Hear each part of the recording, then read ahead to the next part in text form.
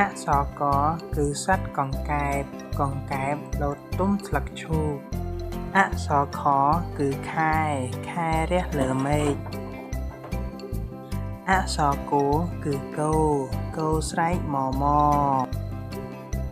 អក្សរ ខ គឺឃុំឃាំងលូពីរជាប់ឃុំឃាំង អក្សរ ង គឺងាវ